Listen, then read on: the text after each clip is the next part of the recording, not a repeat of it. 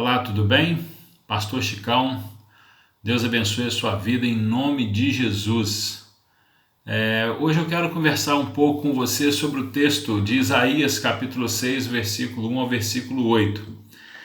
Esse texto ele trata da visão e do chamado do profeta Isaías. E é importante nós ressaltarmos o seguinte: os verdadeiros profetas, eles são como médicos. O que eles fazem? Eles fazem um diagnóstico do caso, eles receitam o tratamento e eles avisam aos pacientes o que irá acontecer se a prescrição for ignorada, se não fizer aquilo que o médico está orientando. Esse é o papel do verdadeiro profeta. O chamado do profeta Isaías, ele é narrado no capítulo 6 do seu livro. Só que existe algo muito interessante. Antes de anunciar qualquer coisa às outras pessoas, à nação de Israel, o que ele faz? Ele vive a sua própria experiência com Deus.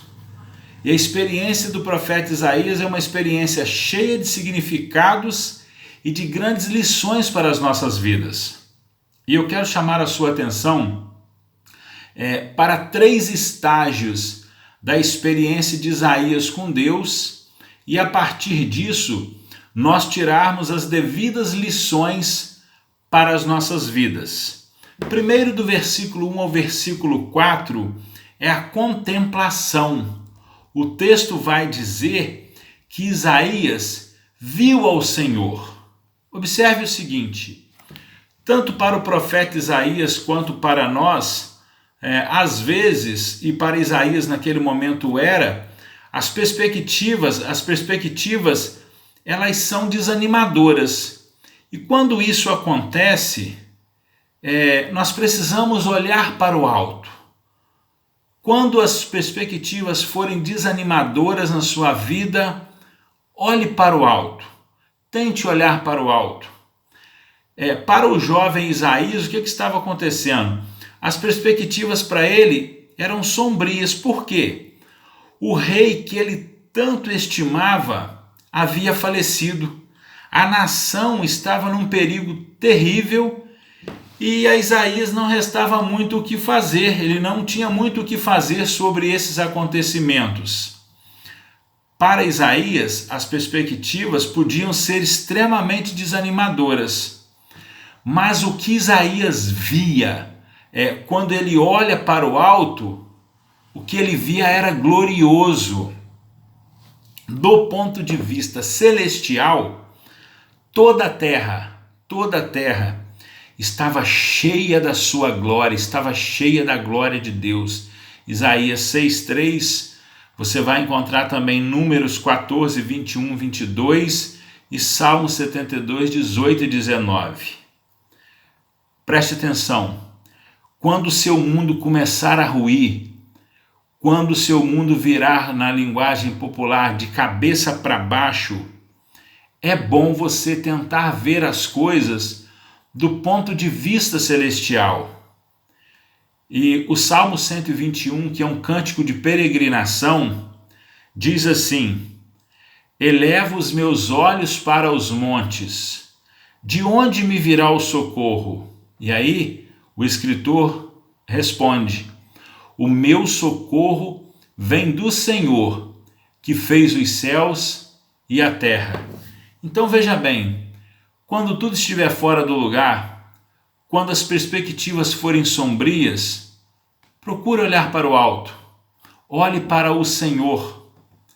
Ainda mais, do verso 5 ao verso 7, tem a introspecção, ou seja, Isaías viu a si mesmo, Isaías olhou para dentro de si. E a visão que Isaías tem de um Deus santo, o som de hinos de adoração, o que aconteceu? Tudo isso tocou profundamente o coração de Isaías. E o que é que então Isaías faz? Isaías confessa que ele era um pecador. Lábios impuros, como ele diz, sou um homem de lábios impuros e habito em meio a homens de impuros lábios. Lábios impuros é consequência de um coração impuro. Mateus 12, 34 e 35. O que Isaías faz? Isaías suplica ao Senhor para ser purificado, da mesma forma que Davi suplica a Deus no Salmo 51, versículo 10. E Deus então atende o seu pedido. Preste muita atenção. Antes de nós ministrarmos às outras pessoas, nós precisamos e devemos permitir sermos ministrados por Deus. O Senhor precisa ministrar o nosso coração. O Senhor precisa nos purificar. Antes de nós proferirmos ais contra os outros, devemos sinceramente fazer como Isaías fez e dizermos: ai de mim, ai de mim. A convicção que Isaías tinha do seu estado de pecado, dos seus pecados, o conduziu a uma confissão, e a confissão levou à purificação. 1 João capítulo 1, versículo 9 diz o seguinte: que se confessarmos os nossos pecados, Ele, Deus, é fiel e justo para nos perdoar os pecados e nos purificar de toda injustiça. Então observe bem, isto é real. Nós precisamos olhar para dentro de nós mesmos, enxergarmos aquilo que está errado e em Deus buscarmos o perdão e a purificação. Assim como Isaías, muitos foram os grandes heróis da fé que se viram como pecadores e, uma vez que se enxergaram dessa forma, se humilharam diante de Deus. E eu quero citar Abraão em Gênesis 18, 27, Jacó em Gênesis 32, 10, Jó em Jó 40, verso 1 ao verso 5, Davi em 2 Samuel 7, 18, Paulo em 1 Timóteo 1,15 e por que não citar Pedro em Lucas 5, de 8 a 11. Terceiro, é a visão que Isaías tem. Ele viu a necessidade, está no versículo 8. A nação precisava de Deus e Deus queria um servo para ministrar ao coração do povo. E observe bem, Isaías se oferece, ele se coloca à disposição de Deus para ser esse servo, o servo que há de ser instrumento nas mãos de Deus para ministrar ao coração daquele povo. Isaías, ele não discute o chamado dele com o Senhor. E nós temos exemplos na Bíblia de homens que foram chamados por Deus e discutiram seu chamado com Deus. E nos dias de hoje eu conheço algumas pessoas que são chamadas por Deus para um ministério e estão discutindo com Deus se vão ou se não vão. Moisés, Êxodo 3, verso 11 e capítulo 4, verso 15. Jeremias, em Jeremias 1, a partir do versículo 4. Mas Isaías aceita o desafio e se coloca à disposição do mestre, se coloca à disposição de Deus para cumprir o chamado que Deus tinha na sua vida. Preste atenção, nunca subestime o que Deus pode fazer com um servo que se coloca à disposição dele para ser usado, para transbordar na vida das pessoas. Nos dias de hoje, existe uma grande necessidade e uma necessidade ainda maior de obreiros, de homens e mulheres que se colocam à disposição de Deus para serem usados por Deus para anunciarem as verdades de Deus ao coração das pessoas. E eu e você temos oportunidades extraordinárias de compartilharmos as boas novas do Evangelho num mundo perdido, onde as coisas estão cada dia mais difíceis, onde os valores estão cada dia mais corrompidos. Deixa eu te fazer uma pergunta. Por que é que você ainda está fugindo daquilo que Deus te chamou para fazer? Você tem uma mensagem para esta geração. Deus tem ministrado ao seu coração. Deus te deu e tem te dado condição intelectual, financeira, de se preparar, de estudar. E o que você está esperando? Por que é que você ainda discute o seu chamado com Deus?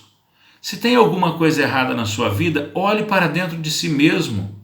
Busque em Deus o perdão, a purificação, o conserto. Porque eu tenho plena convicção, Deus te chamou para fazer uma obra. Deus te chamou para anunciar as boas novas do reino à vida das pessoas. Você tem uma palavra que queima no seu coração, mas você tem guardado ela só para você. Não faz isso. Faça como Isaías. Não discuta o seu chamado. Se coloque à disposição de Deus, para que Deus te use do jeito que Ele quiser.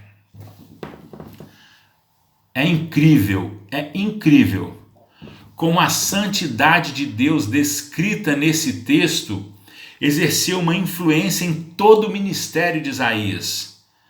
Quando nós lemos o profeta Isaías, nós percebemos que Isaías fala constantemente de Deus. O Deus que ele servia, ele o chama de o Santo de Israel.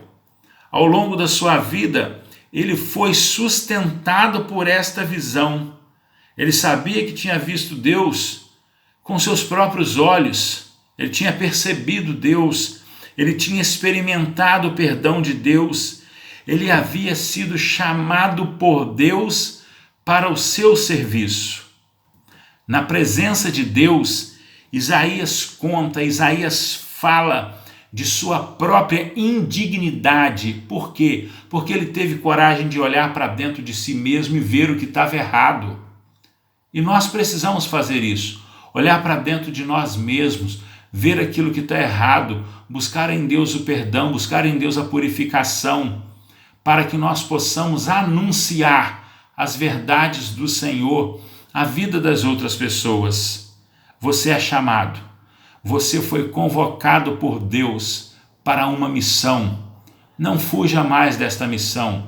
Aceite o chamado de Deus na sua vida. Cumpra fielmente aquilo que o Senhor quer para a sua vida. Que Deus tenha misericórdia de mim, como teve de Isaías. Que Deus tenha misericórdia de nós, como teve dos seus servos ao longo da história, os seus servos do passado, os heróis da fé. Tantos foram aqueles que o Senhor tratou, que o Senhor purificou, que o Senhor usou e tem usado para ministrar ao coração das pessoas. Seja você um desses. Seja você aquele que aceita o chamado de Deus para cumprir a missão que Deus tem, para fazer chegar ao coração das pessoas a mensagem que Deus tem feito queimar no seu coração. Em nome de Jesus Cristo, o nosso Senhor, o nosso Salvador, Deus abençoe a sua vida, que o Senhor cuide de você a cada dia. Cumpra, permita que Deus cumpra em sua vida aquilo que Ele tem para fazer. Deus te abençoe, em nome de Jesus. Amém.